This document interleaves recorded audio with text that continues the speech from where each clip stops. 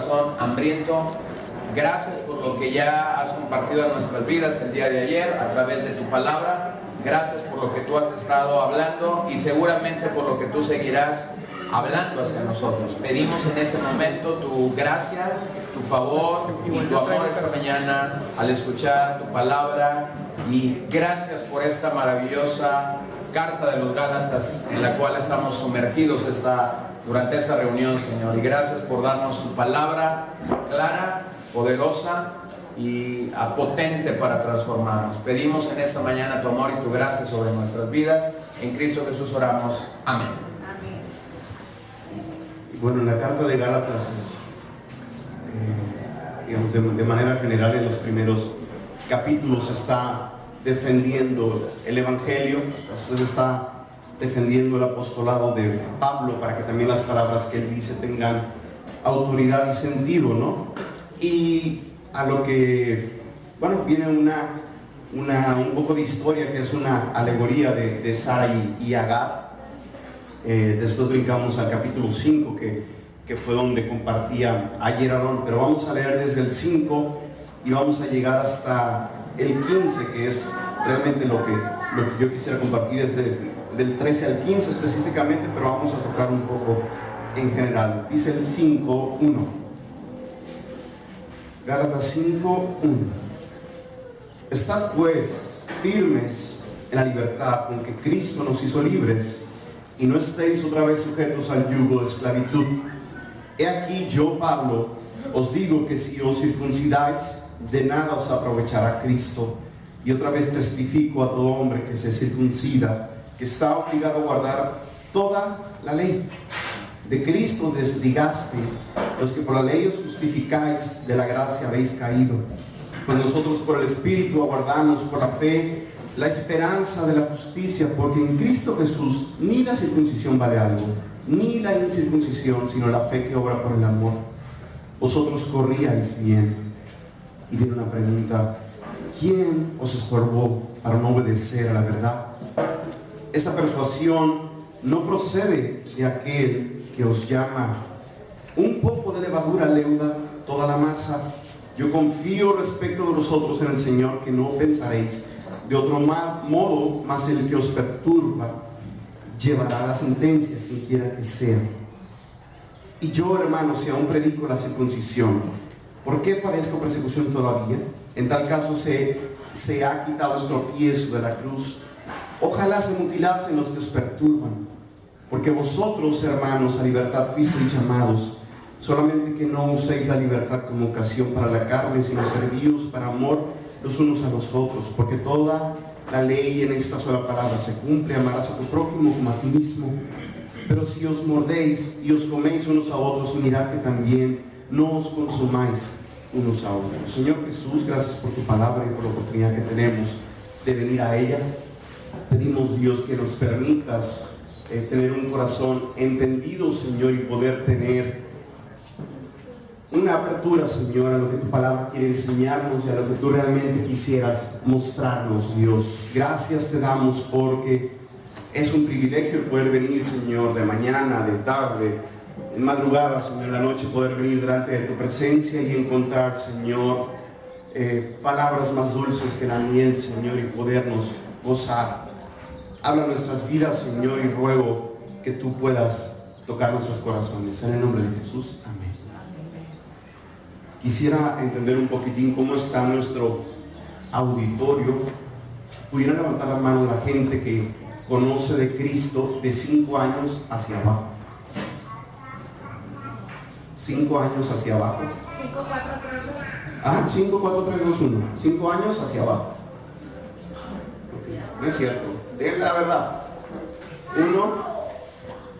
Levantar la mano. Si conoce al Señor de 5 años hacia abajo. O sea, si tiene menos de 5 años de conocer al Señor, no aplica su caso. ¿Ok? ¿Cuántos de 10 años hacia abajo? ¿Ok? Ahí va incrementando. Bueno, ¿cuántos de 10 años hacia arriba? Estamos la mayoría, ¿no? Entonces se va a poner bueno.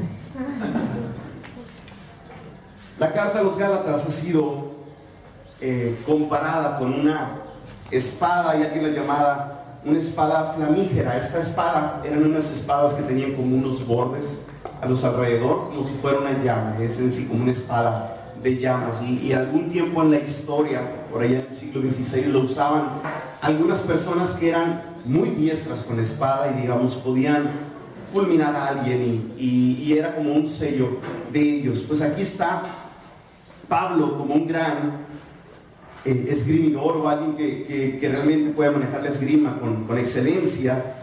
Y tanto Pablo como el mensaje que él estaba trayendo estaba siendo objeto de un ataque, así como en nuestros días sigue siendo atacado la palabra, y la verdad está siendo atacada tan increíble. Veía con los jóvenes un poco de eso. Ahorita pasamos de un tiempo de modernidad a un tiempo de posmodernidad, y a un tiempo ahorita en que todo es relativo, y la verdad es tan relativa que cae en la idiotez, discúlpenme con la palabra. Pero si alguien dice, yo soy una mujer asiática de 60 años, ¿y tú piensas que eres? Pues eres una mujer asiática de 60 años. Aun cuando tú lo veas que es un adolescente que tiene el nopal en la frente, ¿no? Que asiático. Y no, es que yo soy un gato. La gente dice, no, pues si tú te sientes bien siendo un gato, ¿no? Aún el sentido común está siendo atacado. En un tiempo era llegar a Cristo a través de la ciencia, a través del razonamiento. Ahorita ni eso, porque la gente es, mientras menos pienses. Nuestro conocimiento de Cristo debería ir creciendo aún más en el conocimiento, y que realmente nuestra fe esté firme en lo que creemos. Entonces, en este ataque estaban cuestiones muy fuertes en cuestión. Si ese ataque hubiera triunfado, el cristianismo no habría pasado de ser otra secta judía, porque esto era lo que ellos hacían. De alguna manera empezaron a hacer la gracia como algo barato y decir, muy bien, Cristo, veniste, dice tu vida, moriste, pero no es suficiente, tienes que agregar esto. Y eso era lo que ellos hacían, y definitivamente te ibas a convertir en otra secta más, o otro grupo más como los que existían en aquel entonces, como los escribas, los fariseos, o como los celotes. No hubiera trascendido. Por eso es que era tan importante lo que Pablo estaba haciendo. Es extraño pensar que si los oponentes de Pablo se hubieran salido con la suya, el evangelio habría sido exclusivamente de los judíos. No nos hubiera alcanzado, porque necesitábamos el judaísmo para que tú y yo pudiéramos ser salvos. Definitivamente ese no es nuestro caso, no es nuestra situación, pero era el entorno en el que se venía viviendo, y los judíos y los judaizantes eran tan arrogantes que decían que si de alguna manera había un evangelio y que venía como un regalo de manera gratuita, solo debía ser para ellos, porque ellos eran el pueblo escogido. Entonces todo era yo, y te tienes que convertir a lo que yo quiero hacer. Si quieres venir a Cristo, primero tienes que hacerte judío. Por eso es que venía, y lo veíamos en este pasaje, querían circuncidar. Vemos un pasaje que es muy común para nosotros, lo hemos escuchado, un poco de levadura leva toda la masa, y ellos lo entendían porque empezaba con algo suave. Decían, te tienes que circuncidar para empezar. Pero como dice en el verso 3, otra vez testifico a todo hombre que si se circuncida está obligado a guardar toda la ley. Pablo sabía que si empezaban con poquito se iban a tener que meter de lleno, porque la exigencia de la ley era mayor, y cada vez se iban a tener que ir metiendo más para poder encontrar su autojusticia y autorrectitud en el cumplir toda esta lista moral. Además, eso tentaba con el ego y el orgullo de ellos. Algunos de los que estamos aquí somos orgullosos. Todos, ¿verdad? Si no levantas la mano, eres por ser orgulloso, ¿no? Pero en ellos le pegaban en su celo nacional y decía, pues esta ley se la dio a Moisés, es el fundador de la nación judía. No es el fundador de la nación judía, el fundador fue ¿quién? No, sí, pero ¿en qué hombre empezó la promesa? Abraham. Y la ley llegó 430 años después de Abraham. No era, digamos, el propósito principal de Dios. Pero entonces, ¿cuál es el lugar de la ley? Y solo quiero esto verlo por encimita, como una introducción, porque mucha gente a veces yo he escuchado como si quisiera arrancar de su Biblia el Antiguo Testamento y meterlo a la hoguera. No, mi hermano, no haga eso. Sino tú y yo atentamos contra un atributo de Dios que es la inmutabilidad. Dios no cambia. Cuando Dios dio la ley fue algo bueno, fue algo perfecto. El problema fue el propósito con el que los hombres lo empezaron a tomar para su propio corazón. Como Dios lo dio, eso no había ningún problema. No había ningún problema. ¿Los 10 mandamientos siguen siendo actuales para nosotros? ¿Otra vez? ¿Siguen siendo actuales? ¿Sí, no? Ay, hermano, pero guardar el sábado, tú tienes que guardar todos los días, mi hermano. No sea religioso que el sábado, todos los días son del Señor, ¿o no? A veces nos metemos en conflictos con el sábado, es todo. El problema es que ellos hacían y tomaban tantas cosas con las cuestiones del sábado, y Cristo mismo decía, pues el sábado, de alguna manera estaban en esa situación, ¿no? Que si el sábado había sido hecho para el hombre o el hombre para el sábado, y tenían este conflicto, ¿no? Pero definitivamente nosotros estamos por encima de todo esto.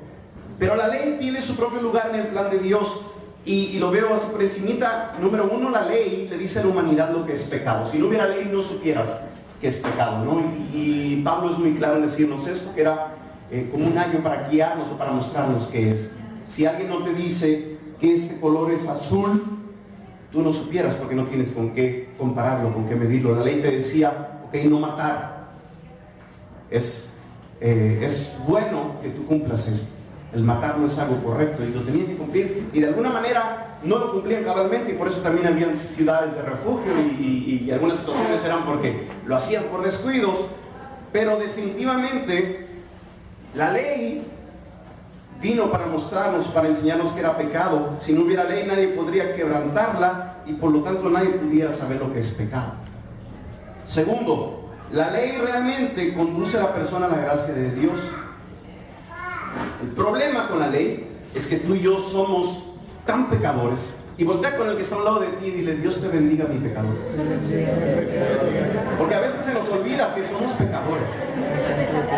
De alguna manera nos queremos poner como en otro nivel. Es que yo soy muy bueno. No, mi hermano, tú eres pecador, igual que yo, igual que el que está ahorita perdido en las drogas y que está ya tirado. Tú y yo somos pecadores. Amén.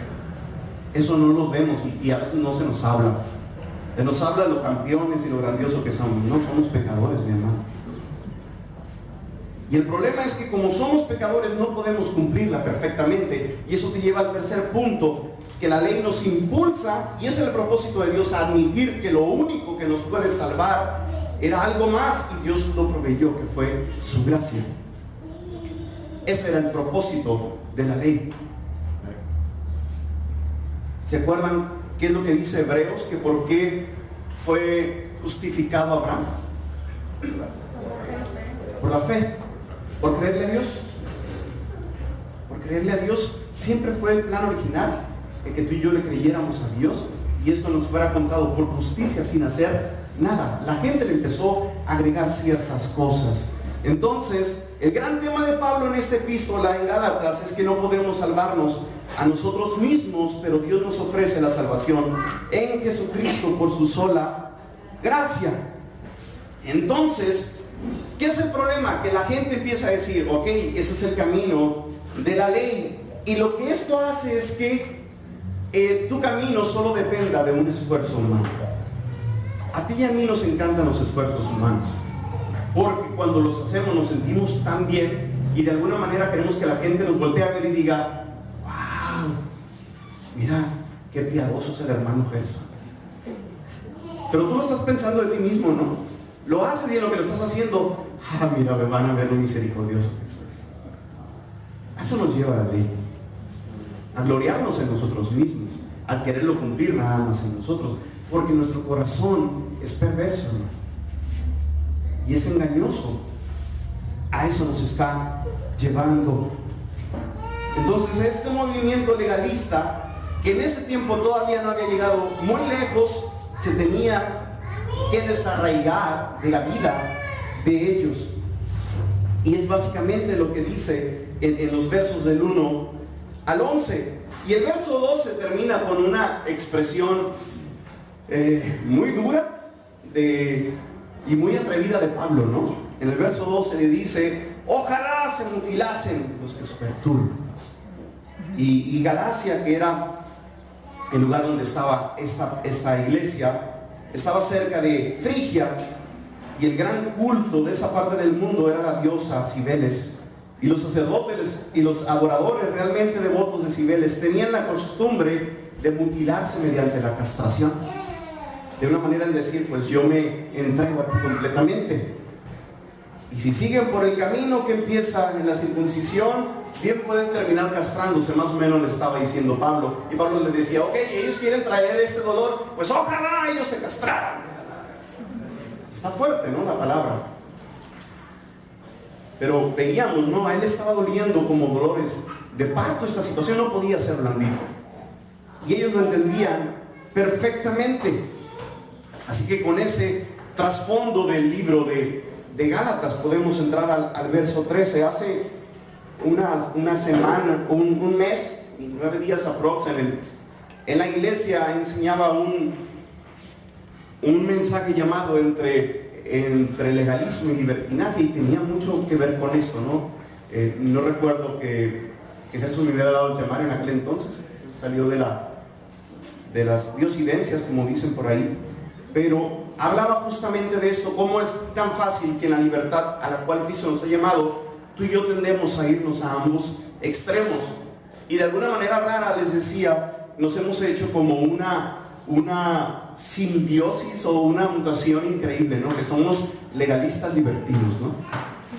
Y nos creemos como que estamos muy bien, y de alguna manera eso lo usamos como un escudo para pecar, ¿no? Así como cuando las mujeres se fueron ahora al evento ese que traían su pañuelito y era como el símbolo, pues así nosotros lo usamos: sí, voy a pecar, ¿no? Y era como una licencia, como nosotros lo usábamos. Y dice el verso 13, y ahí nos vamos a enfocar por un poco de tiempo: porque vosotros, Gálatas 5:13, porque vosotros, hermanos, ¿a qué dice que fuiste llamados? ¿A qué, perdón? A libertad. Solamente que no uséis la libertad como ocasión para la ¿qué? Para la carne, sino servíos por amor los unos a los otros. Y esto cualquiera lo entiende. Hay gente que el hecho de conocer lo que se conoce como la doctrina de la gracia, de que realmente es solo por gracia que tú y yo somos salvos, corre un riesgo de irse a un extremo de tomar la gracia como algo para pecar. Y yo platicaba con alguien, y a él le había ocurrido lo opuesto, y él me decía: ¿sabes qué? Yo hacía tantas cosas, yo tenía tanto activismo porque de alguna manera me sentía tan pecador, pero cuando conocí esto yo pude ver que no habría manera de que yo agradara a Dios. Y el saber que no necesito hacer todo esto, sino que Cristo ya lo hizo, me quitó un peso tremendo de mi espalda. Y para él era un gozo el saberlo, pero no a todas las personas le pasa de la misma manera. Y la libertad cristiana, mi hermano, y eso yo creo que usted lo debe entender bien, la libertad cristiana no es el desenfreno, no es hacer lo que se te pega tu gadarena gana, como dice Gerson, ¿no? Así hablando del gadareno, por la sencilla pero tremenda razón de que el cristiano no es una persona que ha llegado a ser libre para pecar, sino que por la gracia de Dios es libre para no pecar.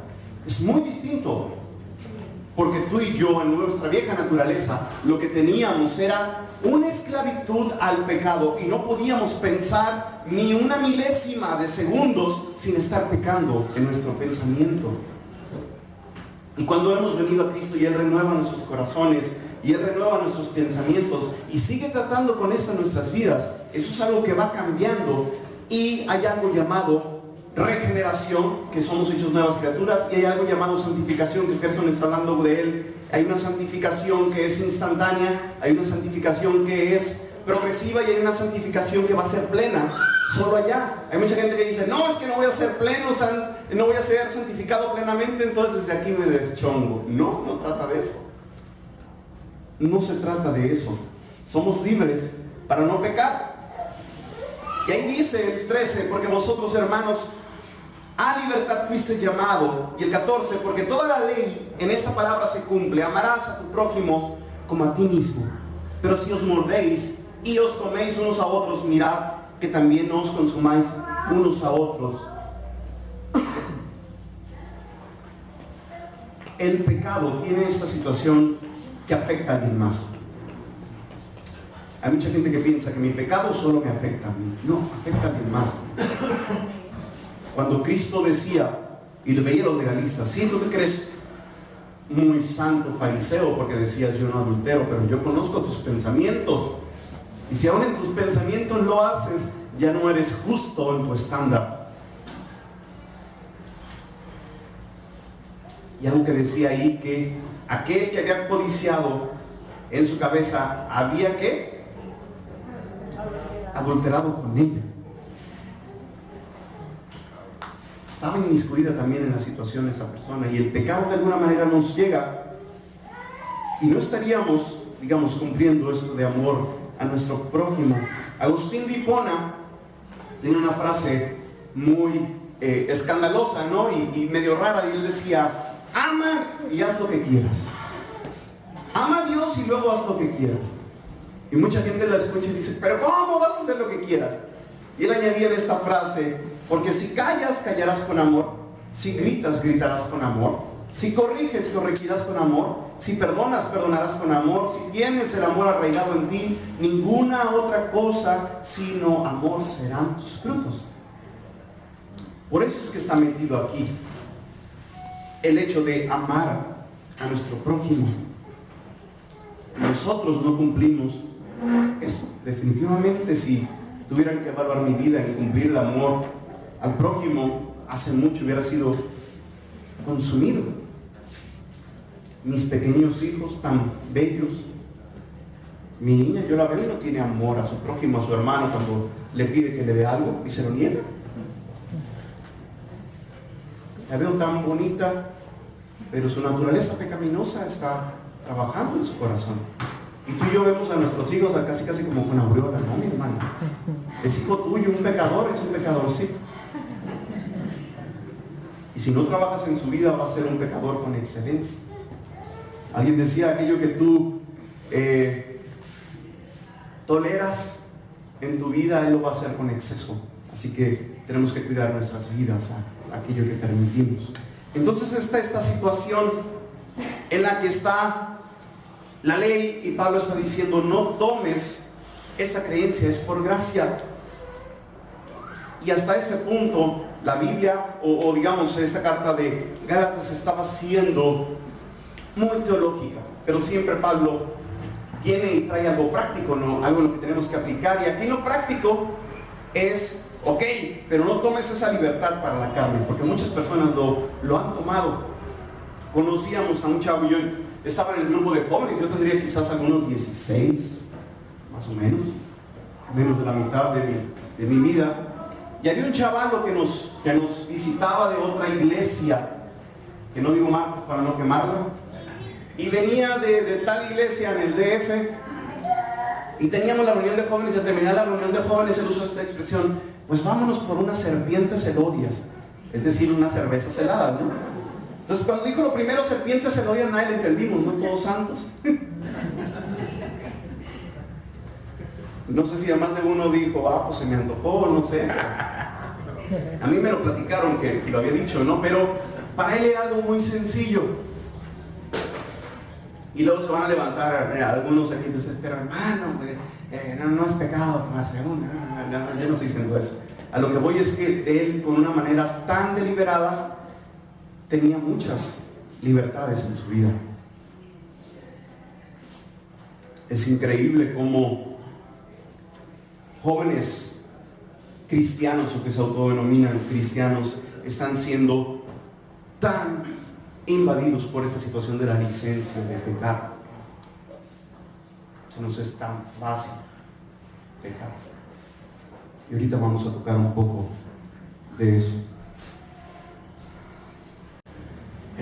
Ni modo, somos predicadores del Evangelio Eterno, ¿no? Siempre, ¿no?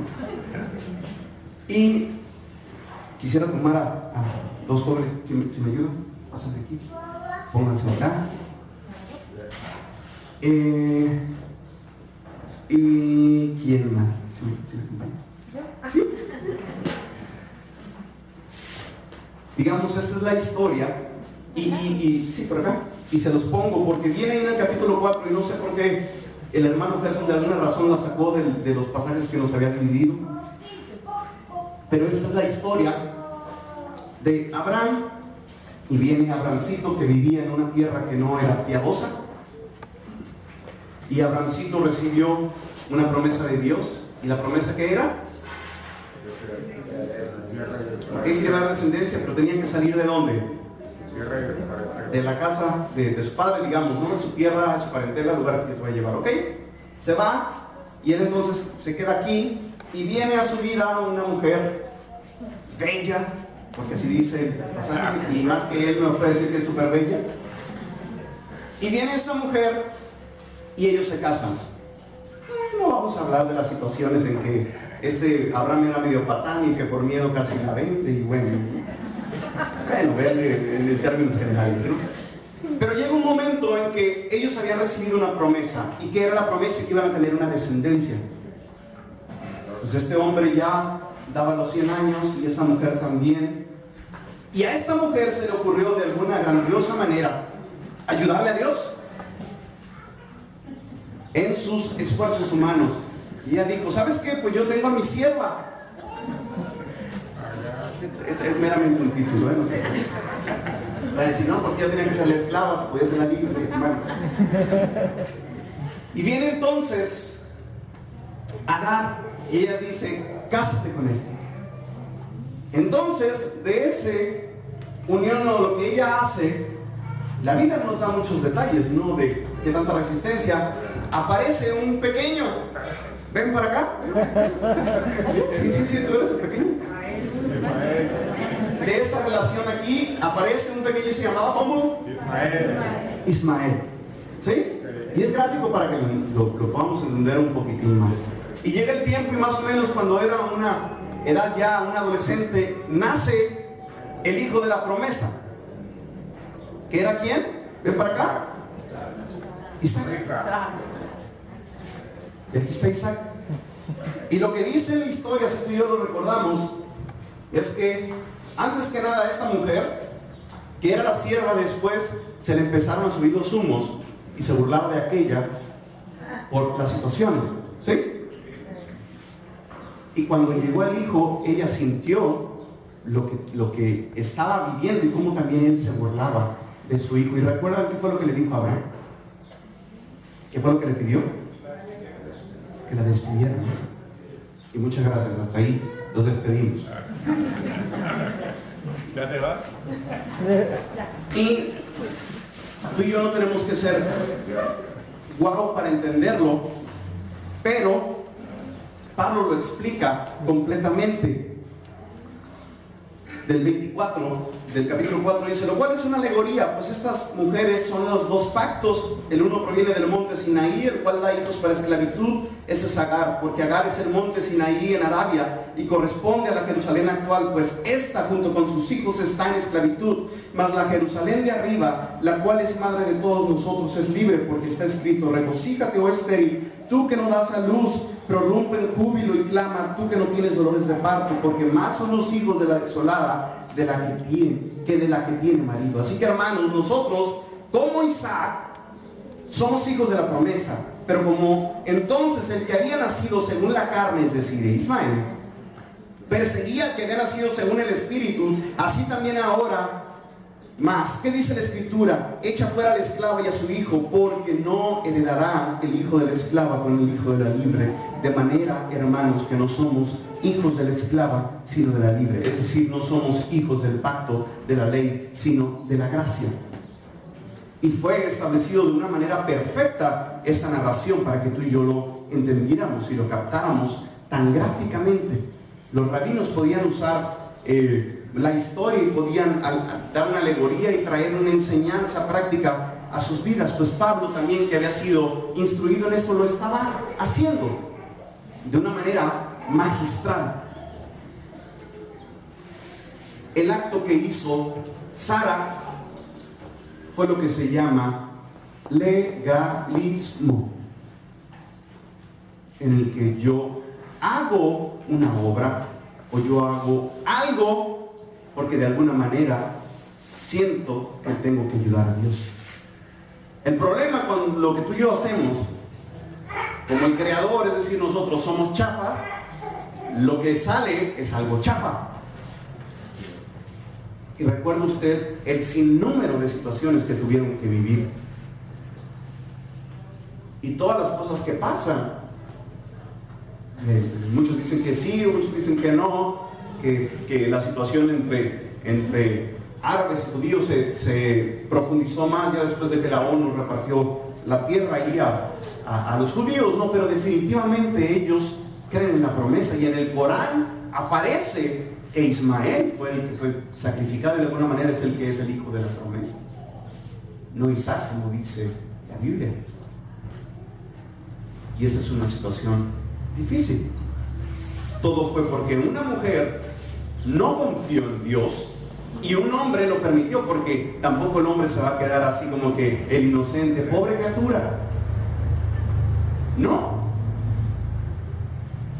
Cuando estaban también Adán y Eva, a veces a los hombres nos conviene esta situación en la que, no, pues la mujer que me diste, ¿no? Y tenemos un problema en la casa y oramos al Señor, Señor, la mujer que me diste. Seas cobarde. Si no, pues no estás en sujeción, no tienes en sujeción tu hogar y tu esposa. Adán estaba ahí y lo aceptó. Abraham estaba ahí y lo aceptó. Y pasó esta situación. Y de alguna forma viene a enseñarnos lo que estaba pasando en sus vidas y lo que realmente quería mostrarles a ellos. No estés haciendo obras de la carne. Mi hermano, tú y yo hacemos muchas cosas en nuestras vidas y de alguna forma pensamos que eso es suficiente para agradar a Dios. No hay obra de justicia que tú puedas hacer en ti mismo que te pueda librar de la ira venidera. No hay obra en ti mismo. No hay. Porque tú y yo somos pecadores. Si tú y yo fuéramos justos, ok, va, no necesitas un salvador. Pero recuerdan que dice Romanos 3, que no hay justo, ni aun uno. El único que fue justo lo clavaron en una cruz, y gracias a eso tú y yo podemos tomar su rectitud como nuestra y su justicia, y como Él pagó esto, puede ser propicio para nosotros y puede ser justificación para nosotros. Eso es el Evangelio, mi hermano, y eso es lo que tú y yo debemos de proclamar. Les decía en la predicación, el cristianismo es la única religión, si queremos hacer una comparación, es la única religión que ofrece la salvación gratis. Las demás tienes que hacer esto, tienes que hacer el 1, tienes que hacer el 2, tienes que hacer el 3. Y desgraciadamente, como tú y yo a veces ofrecemos el Evangelio, es así. Es que solo tienes que ir a la iglesia, es que solo tienes que hacer esto, y es que solo tienes que leer la Biblia, y es que solo tienes que orar. No es suficiente. No es suficiente. Hablábamos ese domingo de cómo muchas personas fueron engañadas, que con una oración de polvitos mágicos iba a ser cambiada su vida, y de alguna manera casi como poniéndole una pistola a la gente, la forzabas a que hiciera la oración del pecador. La gente lo hacía y decía, así como polvitos mágicos, no voy a dar todo el contexto, lo daba en aquella ocasión. Creo que no hay ni audio, ¿no? Entonces no le puedo decir ni que lo escuchen. Pero en aquella situación o en aquel momento, y explicaba cómo ciertos pasajes los sacamos de contexto, Apocalipsis 3:20, 1 Juan 1:9, los sacamos de contexto para de alguna manera apoyar esta idea. la pregunta que les hacía inicialmente de ver cuántos tenían más de 10 años era para saber realmente nuestras vidas o cómo estamos. Y la mayoría de los que estamos aquí cabemos en esta situación. De una forma rara quiero que terminemos este mensaje o sigamos el tema de este mensaje en otro pasaje que es Lucas 15. Es un pasaje que ustedes conocen ampliamente.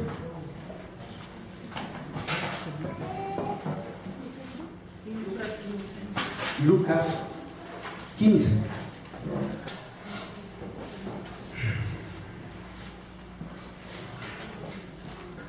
¿Alguien me puede decir qué se encuentra en Lucas 15? La parábola de la oveja perdida, ¿qué más? La parábola de la moneda y del hijo pródigo. Siempre ese es nuestro pensamiento, o hasta ahí nos quedamos, el hijo pródigo. Pues déjenme les digo que fue engañado toda su vida y esta parábola está mal nombrada. Esta parábola debería llamarse la parábola del hijo mayor, porque realmente es el centro de lo que aquí se estaba hablando y lo vamos a ver. Vayan unos capítulos atrás al 11:37.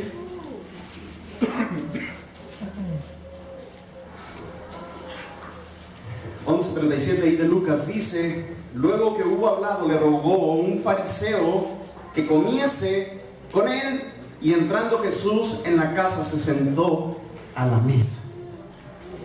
Digamos, aquí está en una situación como de calentamiento con los fariseos, que fue el coco del ministerio de Jesús en muchas ocasiones, y siempre estaban ahí, pum, pum, pum, siempre diciendo algo. Y este capítulo 15 estaba dirigido hacia ellos. Ahora brinquen ahí mismo al capítulo 13, verso 10. Lo que estoy haciendo es darles el contexto. Y dice: enseñaba Jesús en una sinagoga en el día de reposo. ¿Quién iba a las sinagogas? ¿Quién? Los judíos, y entre ellos estaban los fariseos. Entonces, en dos ocasiones esto sigue creciendo y está hablando a los fariseos. Primero en la casa, luego en una sinagoga. Y luego brínquense al 14:25. Lucas 14:25 dice: grandes multitudes iban con él. Es decir, en esta progresión que quiero hacerles es cómo fue creciendo de estar en una casa a estar en una sinagoga a traer toda una multitud detrás de Jesús. Y en este contexto es que llegamos a Lucas 15 y leemos: se acercaban a Jesús todos los publicanos y pecadores para oírle, y los fariseos y los escribas murmuraban diciendo: este a los pecadores recibe y con ellos come. Punto. Hasta ahí es el enfoque de las tres parábolas que vienen. Y a veces tú y yo no las vemos así, las vemos aisladas. Este a los pecadores recibe y con ellos come. Y Jesús, sabiendo eso en el corazón, les empieza a decir. Entonces se le refirió esta parábola diciendo: ¿qué hombre de vosotros, teniendo 100 ovejas? Voy en el verso 4, ¿no?, del capítulo 15 de Lucas. Teniendo 100 ovejas, si pierde una de ellas, no deja las 99 en el desierto y va tras la que se perdió hasta encontrarla. Y cuando la encuentra, la pone sobre sus hombros, gozoso, y al llegar a casa reúne a sus amigos y vecinos, diciéndoles: gozaos conmigo, porque he encontrado mi oveja que se había perdido. Os digo que así habrá más gozo en el cielo por un pecador que se arrepiente que por 99 justos que no necesitan de arrepentimiento. Y hasta ahí termina la primera parábola. Y yo creo que hasta ahí todos están, pues sí, entiendo, ¿no? De 99, una. Estamos en el 1% de la pérdida. Sigamos en el verso 8. ¿O qué mujer que tiene 10 dracmas, monedas de plata, se pierde un dracma, no enciende la lámpara y barre la casa y busca con diligencia hasta encontrarla? Y cuando la encuentra, reúne a sus amigas y vecinas diciendo: gozaos conmigo, porque he encontrado la dracma que había perdido. Así os digo que hay gozo delante de los ángeles de Dios por un pecador que se arrepiente. Y Y hasta aquí las matemáticas suben. Primero era el 1% y ahorita está hablando del 10%, ¿no? Digo, para que entendamos la película. Ahora la película se va a 2 hijos. También dijo, un hombre tenía 2 hijos. El menor de ellos dijo a su padre: Padre, dame la parte de los bienes que me corresponde, y le repartió los bienes. No muchos días después, juntándolo todo, el hijo menor se fue lejos a una provincia apartada y ahí desperdició sus bienes viviendo perdidamente. Y cuando todo lo hubo malgastado, vino una gran hambre en aquella provincia y comenzó a faltarle, y fue y se arrimó a uno de los ciudadanos de aquella tierra, el cual le envió a su hacienda para que apacentase cerdos, y deseaba llenar su vientre de las algarrobas que comían los cerdos, pero nadie le daba. Y volviendo en sí dijo: ¿cuántos jornaleros en casa de mi padre tienen abundancia de pan, y yo aquí perezco de hambre? Me levantaré e iré a mi padre y le diré: Padre, he pecado contra el cielo y contra ti, ya no soy digno de ser llamado tu hijo, hazme como uno de tus jornaleros. Y levantándose vino a su padre, y cuando aún estaba lejos, lo vio su padre y fue movido a misericordia, y corrió y se echó sobre su cuello y le besó. Y el hijo le dijo: Padre, he pecado contra el cielo y contra ti, ya no soy digno de ser llamado tu hijo. Pero el padre dijo a sus siervos: sacad el mejor vestido y vestidle, y poned un anillo en su mano y calzado en sus pies, y traed el becerro gordo y matadlo, y comamos y hagamos fiesta, porque este es mi hijo muerto era y ha revivido, se había perdido y es hallado. Y comenzaron a regocijarse. Y mucha gente hasta ahí nos quedamos en el contexto y nos mandan videos del hijo pródigo. Ay, qué hermoso el hijo pródigo. No es el contexto de lo que se está hablando. Está hablando a los fariseos, es decir, a todos nosotros que tenemos ya tiempo conociendo del Señor. Y dice en el verso 25: y su hijo mayor estaba en el campo, y cuando vino, llegó cerca de la casa, oyó la música y las danzas, y llamando a uno de los criados le preguntó qué era aquello. Él le dijo: tu hermano ha venido, y tu padre ha hecho matar al becerro gordo, por haberle recibido bueno y sano. Entonces se enojó. Fíjense, se enojó y no quería entrar. Salió por tanto su padre y le rogaba que entrase, mas él respondiendo dijo al padre: he aquí tantos años te sirvo, no habiéndote desobedecido jamás, y nunca me has dado ni un cabrito para gozarme con mis amigos. Pero cuando vino tu hijo, que ha consumido tus bienes con rameras, has hecho matar para él el becerro gordo. Él entonces le dijo: hijo, tú siempre estás conmigo, y todas mis cosas son tuyas, mas era necesario hacer fiesta y regocijarnos, porque tu hermano era muerto y ha revivido, se había perdido y es hallado. Esta parábola pareciera que no culmina de la manera que tú y yo quisiéramos. Viene la parábola de la oveja perdida y tiene un final feliz. La gente se regocija y hace fiesta. Viene la situación de la moneda perdida, es encontrada, la gente se regocija. Y en aquel entonces un dracma era como el equivalente a tu salario. Imagínate que perdieras un mes de tu salario. Ibas a andar como loco buscando por toda la casa, ¿no? Y cuando lo encontraras ibas a hacer un fiestón. Así estaba esta mujer. Pero viene la situación del hijo que se había encontrado, y lo que todos esperaríamos, como en los cuentos de hadas de Disney, y que fueron felices para siempre, era que el hermano se alegrara. Pero no, el hermano se enojó. El hermano se enojó. Y lo que tú y yo vemos es que este hombre no tenía un hijo perdido, sino que tenía 2. 1%, una oveja, 10%, una de 10 monedas, y los 2 hijos, el 100% tenía perdido.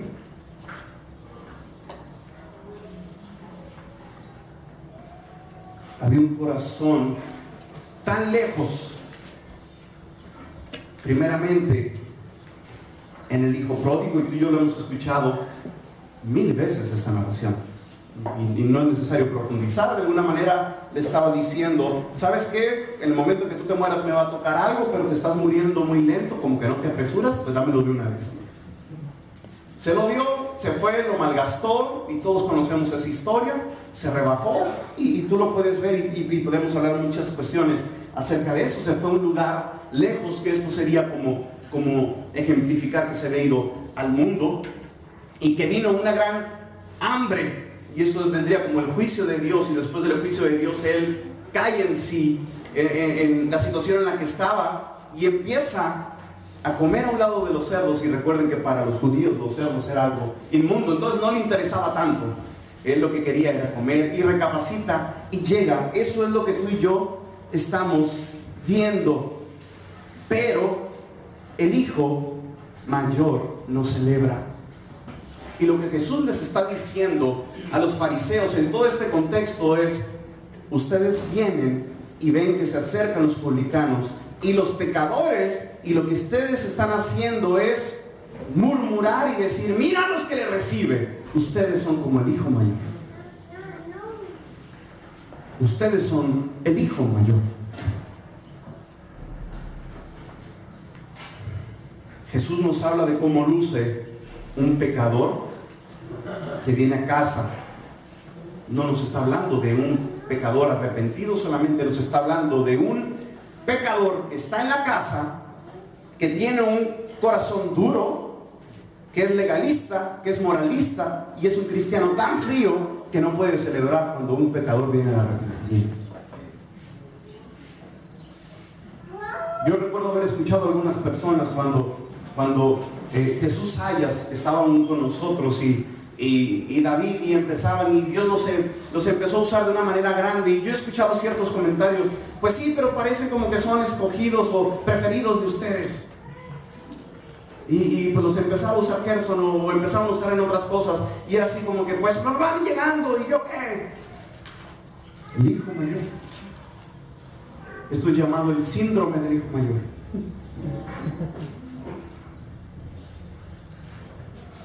¿De dónde viene esta actitud que tenía este fariseo y este legalista? Que es el fin de lo que yo quisiera hablar con ustedes, porque tú y yo estamos tan parecidos a su actitud. Y el mismo pasaje nos lo dice en los últimos versos. 29 dice: he aquí, tantos años te he servido, no habiéndote desobedecido jamás. Él estaba tan enfocado en lo que había hecho, y de alguna manera él estaba diciendo: yo merezco todo esto, y él no. Es tan egocéntrico, tan narcisista, tan orgullosa su actitud.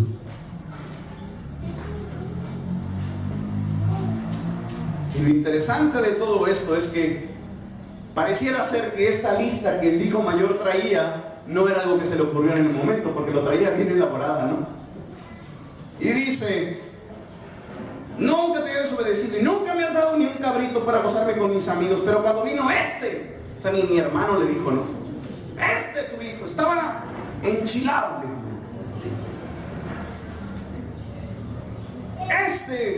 que ha consumido tus bienes con rameras, has hecho matar para él el becerro gordo.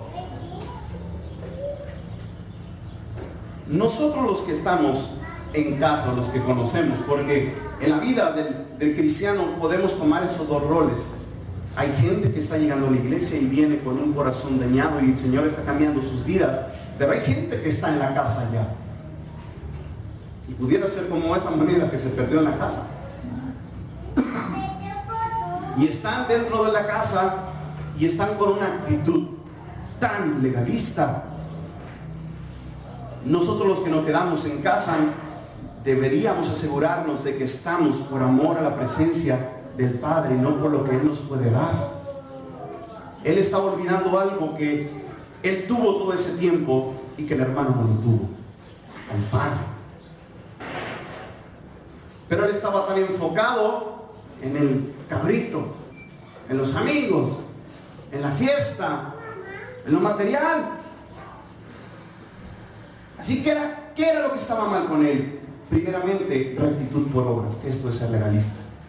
Él decía: todos estos años te he servido, mira todo lo que he hecho, mira, tengo este ministerio, mira que estoy con los niños, mira que estoy en la célula y me pasa esto. Tantos de ustedes, mi hermano, le han dicho al Señor, te he servido, te he amado, y esto es lo que me das. ¿Por qué yo me tengo que enfermar?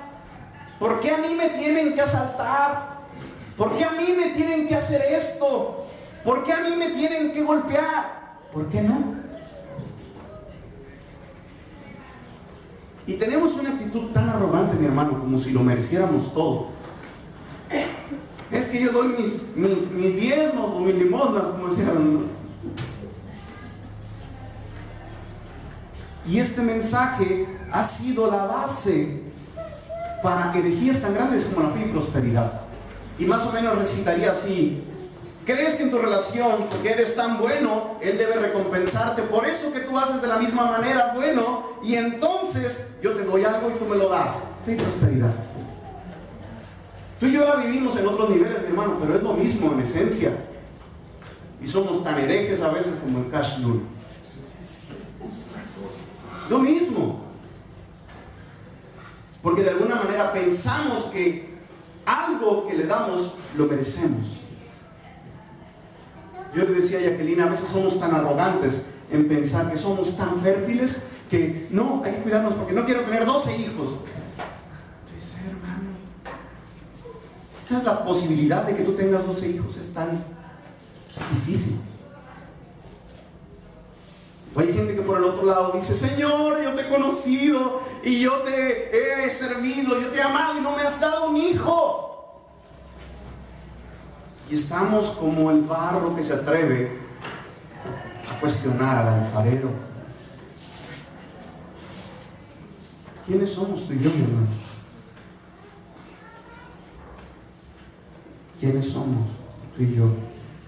La moralidad de este mundo nos ha invadido en pensar: si yo hago cosas buenas para Dios, Él debe hacer lo mismo para mí. ¿Estás en deuda, Señor? Y cuando venimos pidiéndole, empezamos a cuestionar: ¿por qué? ¿Por qué? ¿Por qué? ¿Por qué? Y Dios ya dio la respuesta hace mucho. Pero somos tan obstinados. Y algo que pasa, que este síndrome no te permite ver las bendiciones que ya tienes. El padre le dijo: me tienes a mí, todas estas cosas ya las tenías. Y básicamente yo me imagino que fue así: bueno, yo todavía no estoy muerto, entonces voy a dividir todo lo que tengo en 3 partes, ahí tengo una tercera parte. El hijo mayor se estaba quedando con 2 terceras partes y con lo que pudo haber generado el padre en el ínter. Entonces él tenía más. Empezamos. Otro tenía al padre con él. Entonces él no está entendiendo, porque su gozo no está en el Padre, sino en sí mismo, en lo que él podía gozar, en el esfuerzo que él estaba teniendo, en lo que él estaba haciendo. Él no entendía el Evangelio. Las personas que actuamos de esta manera, porque yo cada vez me veo más como el hijo mayor que como el hijo menor. Muchos de los que están aquí, de los jóvenes, nacimos o no llegamos a la adolescencia sin haber conocido de Cristo. Eso es algo muy bueno, pero también es un riesgo muy grande, mi hermano. Porque de alguna forma pensamos que no hemos hecho algo tan malo como los que están allá afuera y no necesitamos tanto un Salvador. Y yo las peores cosas que he hecho, las he hecho conociendo al Señor. Y tú también, porque quizás no tuviste una oportunidad de hacerlas antes, porque no hubo ese antes. A lo mejor no estamos reflejados en el hijo pródigo, pero sí estamos reflejados en el mayor.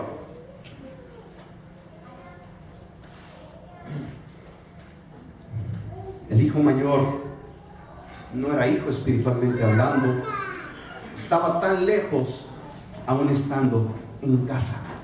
Y aquí tenemos las dos caras de la moneda cuando tú y yo no entendemos la gracia que se nos habla en Gálatas.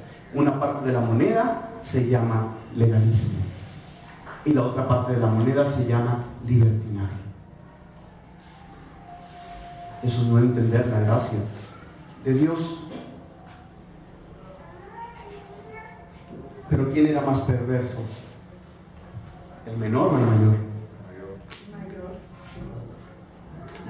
les dije, porque es otra. ¿Pero por qué? Orgulloso. ¿El otro no era orgulloso también? La autojustificación. ¿Sí?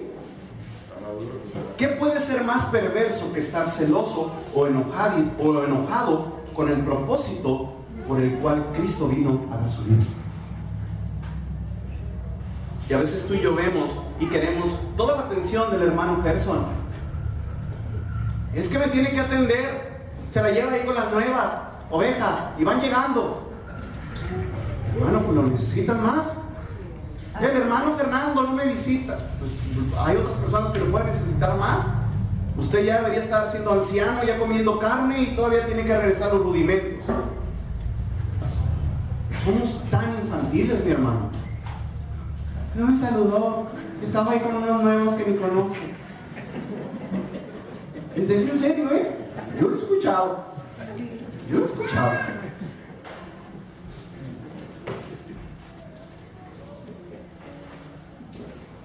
El hermano mayor estaba diciendo, no importa que la muerte de Cristo permita que mi hermano sea salvo, solo me importa que tú, Padre, no pienses tanto en lo recto y bueno que soy yo. Fíjense qué torcida estaba su mente. Y tú y yo así estamos, es que yo soy el líder de la alabanza. Es que yo soy esto, Señor, deberías verme. ¿Qué tienes? La lista era muy importante para él. Cuando nosotros estábamos chicos y de alguna manera Dios permitió en su misericordia y gracia que conociéramos al Señor, pues quizás en una iglesia donde no se predicaba la palabra y era más sensacionalista, ¿no? Cuando éramos chicos nosotros íbamos para Choice, pero fue, digamos, nuestro acercamiento. Y Paola y una prima de alguna manera hablaban y decían, ay, pues hay que inventarnos como un testimonio, ¿no? Eran adolescentes ellas y ya el Señor las perdonó por eso, así que no las juzgo. Decían, hay que hacernos un testimonio como que sea más impactante, porque ¿qué va a impactar de decir, pues conocí al Señor y no había hecho nada? No, es que el de los drogadictos es el que impacta, el del que mató a tantos, ¿no? Y empiezan los hermanos y maté a 300, y al final de todo su testimonio de 20 minutos el Señor me alcanzó, hermano. Le dio más gloria al diablo. Y muchos de los jóvenes que conocieron tienen esa idea, es que yo no tengo un testimonio tan poderoso. Joven, tú tienes un testimonio más poderoso. La gracia de Dios te libró de todo eso. Y tú pudieras agregarle todo lo que venga. El Señor me libró de la drogadicción. El Señor me libró de ser un secuestrador. No lo vemos así. Si yo me hubiera quedado en el fuerte cuando yo tenía como 9 años y gracias a Dios nos movimos y no hubiera conocido y no me hubiera acercado y tener amigos como Gerson desde mis 14 años hasta la fecha, yo no sé qué hubiera sido de mi vida. Pero no pasó eso porque yo era muy bueno, sino por la gracia de Dios. Pero no me hace mejor a muchos de mis compañeros de primaria que ahorita están perdidos. Y si el Señor viene y los salva, no hay diferencia entre nosotros. Yo no soy más santo ni soy más grande que Él. Y a veces tú y yo pensamos de esta manera. Joven, no pienses así. Tampoco pienses que no has hecho algo tan grave como para que necesites de un Salvador. Decíamos, tenemos dos tipos de personas. Los que no van a la iglesia porque se creen muy malos. Y ellos dicen, ¿para qué voy a la iglesia si ya estoy perdido?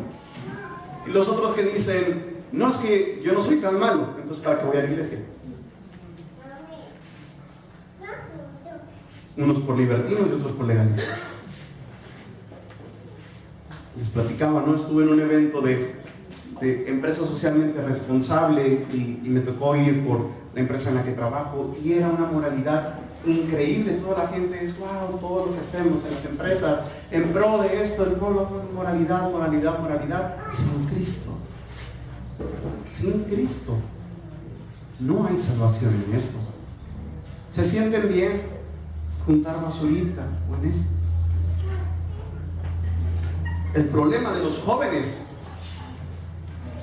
y el problema de nosotros, que de alguna manera no hemos, lo puedo decir así, tocado fondo, porque muchos de los que están aquí sí tocaron fondo en su pecado o en su juventud, pero muchos jóvenes dicen, pues yo pues como que me zambullí, hermano, y rápido me libraba el Señor. Pero muchos de nosotros, de alguna manera, pensamos que mi alma no estaba tan sucia como la del peor pecador que está allá afuera. Y de alguna forma lo que tú y yo decimos es, sí, Cristo, tú moriste en la cruz por mis pecados, pero para limpiarme a mí no te esforzaste tanto. Imagínate. Lo que pasa es que no tenemos idea de lo que significa medirnos en comparación a la santidad y la rectitud de un Dios todopoderoso. No tenemos idea de lo que es ser salvado y rescatado por Dios. El infierno va a ser llenado de gente más moral que tú, con mejores obras que tú, pero no le va a alcanzar, mi hermano. No le va a alcanzar. Y era lo que decía ahí en la expresión que dice su Biblia, caídos de la gracia. Ellos estaban desarraigándose de la gracia y decir, no quiero eso gratuito, quiero que me cueste. Eso estaban haciendo los Gálatas, desarraigándose. ¿Entienden la comparación de este pasaje y el hermano mayor? Yo creo que lo ven. Nuestra tendencia es creer que nos podemos salvar por nosotros mismos. John MacArthur termina esta historia, porque si tú lees el capítulo 15, pareciera como que es cortada de tajo y como que le falta un final, ¿no? Así como Jesús te hubieras aderezado un poco más en el final. Y dice John MacArthur, la parte triste de la historia es la manera en cómo termina. El final de la historia no está en Lucas 15. Si entiendes la parábola, eso es lo que pasa. Y es acerca de los fariseos, que no pueden celebrar que los pecadores vengan a Cristo. No pueden ni quieren celebrar porque no les gusta el tipo de pecadores que vienen a Él. Muchos de nosotros llega a veces a la iglesia a alguien desalineado o borracho y le hacemos el feo, mi hermano. Sí, hay un joven que es fuerte en su pluma y en enseñar, que se llama Kevin DeYoung.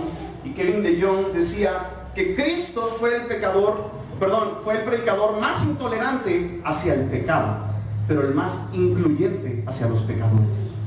Otra vez, Cristo fue el predicador más intolerante hacia el pecado. Él se los decía, pero el más incluyente hacia los pecadores. No era como que se le iba a pegar. Él estaba con ellos. Y tú y yo vemos a alguien así como que no está en nuestro estándar o en nuestra lista de lo que es estar moralmente correcto dentro de la iglesia y lo desechamos. Pues estos fariseos hacían lo mismo. Ellos creían que eran rectos por sus actos, pensaban que eran mejores que los recaudadores de impuestos o que los publicanos. Y la historia, que John MacArthur lo dice, termina así. El hijo pródigo vuelve a casa. El padre mata el becerro engordado. El hermano no puede celebrar. El padre va con el hermano y le insiste a que entre. El hermano está enojado y le dice, ¿me debes esto a mí? El padre no se lo da y entonces él mata a su padre. Y tú dices, no, eso no dice el mensaje. Pues si tú lees tus evangelios y recuerdas quién crucificó a Cristo, fueron los fariseos. El hermano mayor, a los cuales Cristo les hablaba y les daba estas verdades, fueron los que lo clavaron en la cruz, porque ellos querían crédito cuando no debía haberlo, así que mataron al Hijo de justicia y de rectitud. Debemos de pedir, mi hermano, no caer en esta situación, que el Señor nos dé gracia y misericordia, pero que no usemos esta gracia como excusa para pecar, pero tampoco usarla como excusa de autorrectitud, porque fue una asombrosa gracia. Si tú, mi hermano, cuando cantas el himno Sublime Gracia, no te ves a ti como el infeliz que dice ahí, o como el desdichado, tú necesitas arrepentirte de tus pecados. el Señor necesita salvar. La cruz de Cristo es nuestra única esperanza.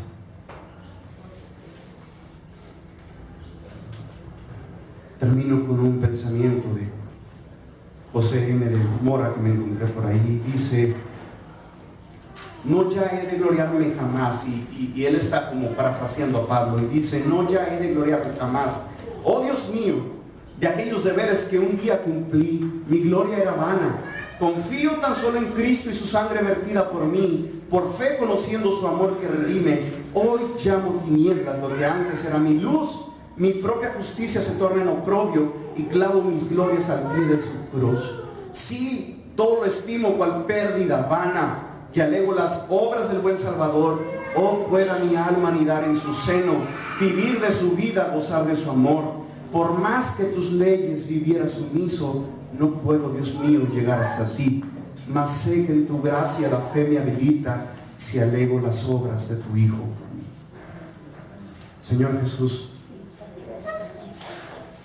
permítenos entender de una manera gloriosa, Dios, que no hay algo tan grande, tan maravilloso en nosotros que podamos ganar la salvación que tú nos has provisto. Perdónanos, Dios, cuando no hemos tenido el gozo de tu salvación, o que estamos tan enfocados en nuestras vidas, en nuestras necesidades, y olvidamos que ya recibimos el hermoso regalo de la salvación, que tú nos rescataste, que tú nos alcanzaste cuando estábamos muertos en nuestros delitos y pecados. Eso es tan glorioso, Señor. Quita nuestra vista de lo material, de si me hicieron esto, de si me hicieron aquello, porque todo ha venido de tu mano. Permítenos entender, Señor, que todo te pertenece. Si es mi vida, si es mi familia, si son mis hijos, si son mi casa, si es mi carro, si es lo que sea, todo te pertenece a ti, Señor. Permítenos saber, Dios, que somos extranjeros en esta tierra, y que si ahora te tenemos a ti, no ser como ese hijo mayor y no valorar el hecho de tenerte a ti, Padre amado. Podemos clamarte: Abba, Padre, y que tú no te avergüenzas de llamarnos tus hijos. Gracias te damos en esta hora, en el nombre de Jesús.